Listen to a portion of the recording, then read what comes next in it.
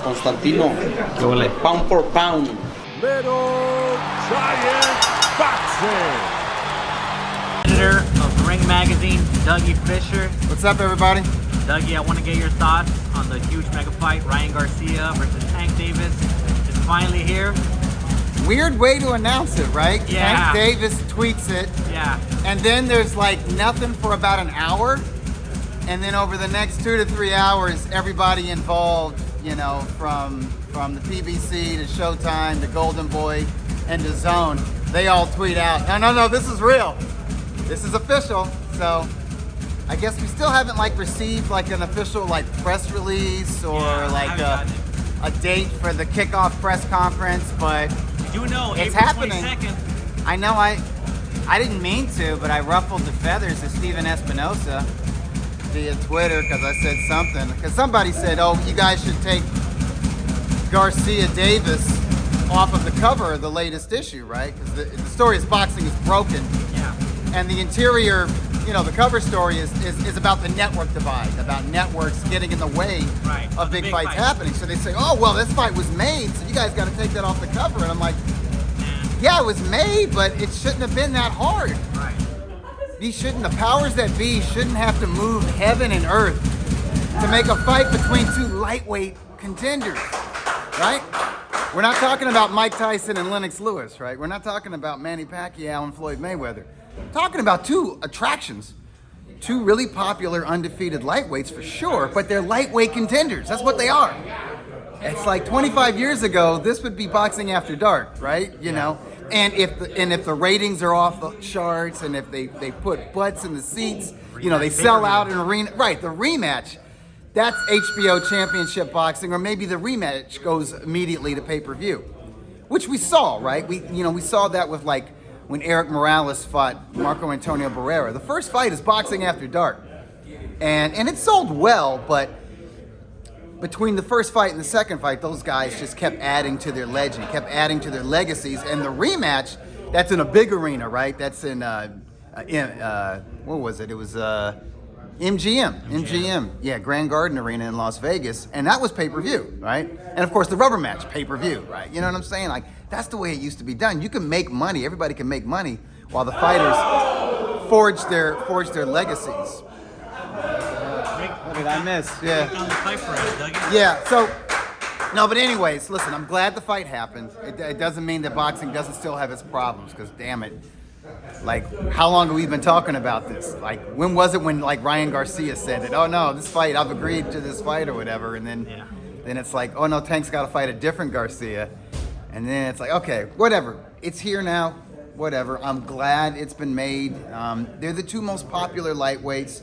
And they're the two most explosive lightweights. And Tank is the more mature guy. He's got the experience. He's proven himself all the way up to 140 pounds. Ryan Garcia has just barely proven himself at lightweight. Like, you know, before that fight with Luke Campbell and his last two fights, he was a prospect. He really wasn't a contender, but he is a contender now. And looking at him, he's a naturally bigger guy. Like, to me, Garcia should be fighting at 140. To me, Garcia could actually comfortably fight at welterweight. I truly believe that, you know. Because this big frame. Now, I'm not saying he could just go and pick a fight with the Terrence Crawford, you know, right, a top 5 welterweight. I don't think he could pick a fight with Virgil Ortiz, right? You know what I'm saying? But I'm just saying he could fight. He would look good at 147, and he would be effective. He would be just as fast and just as powerful. Be that as it may, he's arguably, for one punch, like the most explosive lightweight out there. Like, that left hand of his is like a lightning bolt, and you know, he could serve it up as a hook or an uppercut or as a hooker cut, kind of like a hybrid punch. And if the fighter don't see it, the fight's over, because he's very fast and he can be sneaky with it. So it's an interesting fight. It's the way it works out in my mind is that it's a very dangerous fight for Tank Davis in the first 3 or 4 rounds, and then after 4 rounds, it's a very dangerous fight for Ryan Garcia, because Tank has been in battles of attrition before. He's been in there with experienced fighters, and he's proven that he's not just explosive with one punch, that he knows how to set traps. He knows how to set his power up.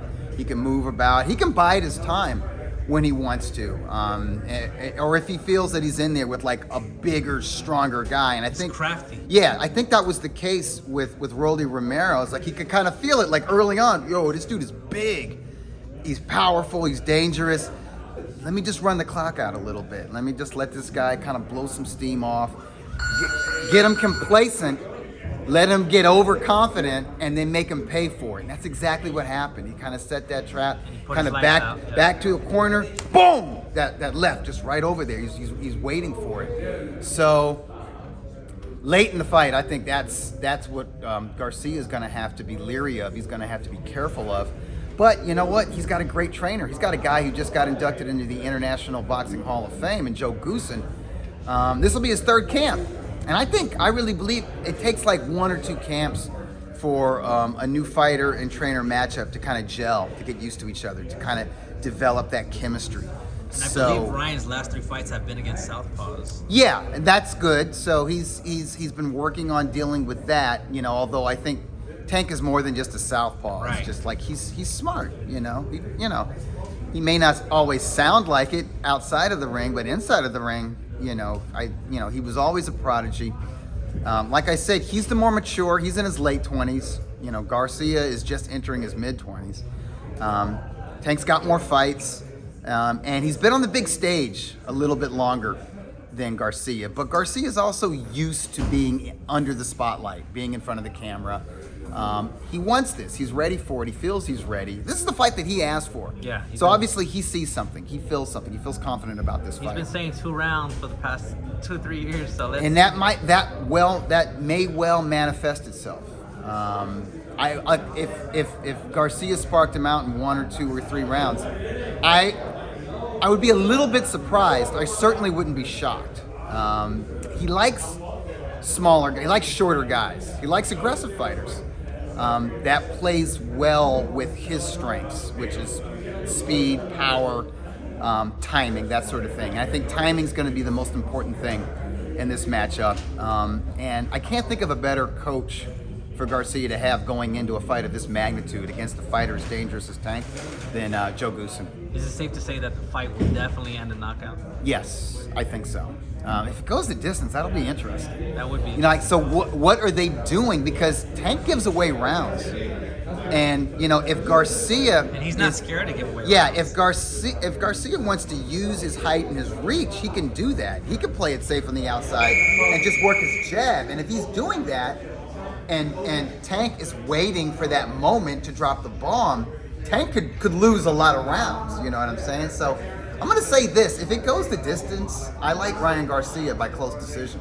Damn. I really do. Maybe it's controversial, but I think he'll do more in quiet rounds where we don't have the explosiveness, the bombs being dropped.